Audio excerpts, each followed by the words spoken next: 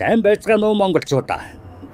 Намайг хараад бахаа гэблийг та бүхэн сууд мэдж байгаа. Хүмүүс биднийг бохир заваан гэж ярьдаг л да.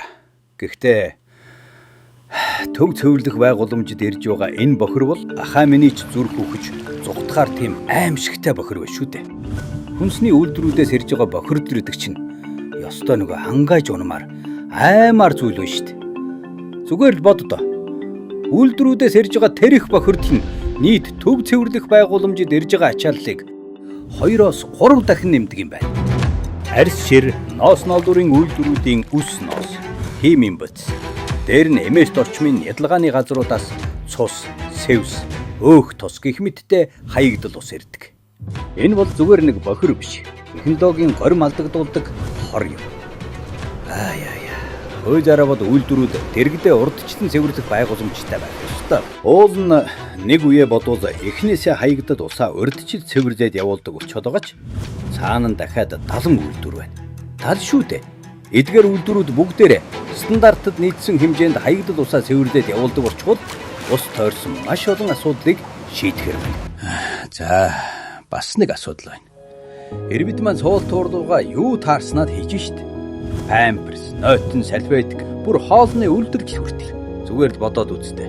Өдөрт дунджаар 1500-аас 1600 кг механик хог хэвлэл ирдэг. Та нар үүнийг усан дуустдаг гэж боддог юм уу? Үгүй шүү дээ. Эдгээр хогчин төхөөрөмжийг эвдэж гацаадаг юм. Энд робот биш, хүмүүс ажиллаж байгаа. Таны урсгсан хогийг тэд гараараа дүүж байна. Энэ төв цэвэрлэх байгууламж 62 жилийн настай. Одоогоор Улаанбаатарт байгаа цорын ганц цэвэрлэх байгууламж. Ачаалс нь аль хэдийн хэрээс хэтэрч зогсоход ойрхон болчиход байна. Зогсвол юу босхийг бодохоос ч аймаар байна.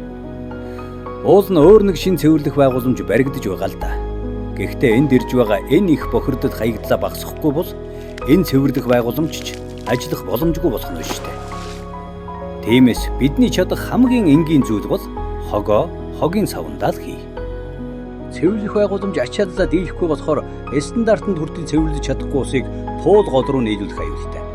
Тэр голын усаар бид эргээд ундаална гэд боддоо. Энэ бол бидний ирээдүй. Бидний эрүүл мэндийн асуудал шүү дээ. Гэхдээ ийм аимшигтай ирээдүй биднийг угтахгүй гэдэгт итгэж байна. Энэ их бохирдолтой усыг урдчлан цэвэрлээд сайхан цэнгэг усыг туул гол руугаа нийлүүлж байгальдаа ээхтэй амьдарч ариун их цэнгэг усаа ирээдүй хойч үедээ үлдээх боломж байна шүү дээ. Ахаа би ч яг энэ ус цэнгэг биш байсан ч болж байна. Харин монголчууд та бүхэн цэвэрхэн голоос цэвэр усаа уух хэрэгтэй үстэй.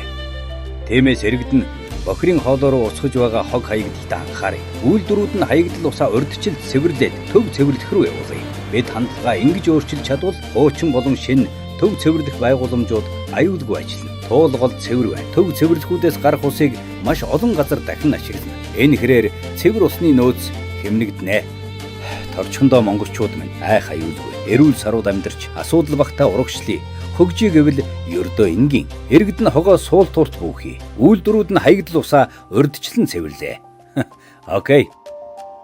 Шүүм Тунгай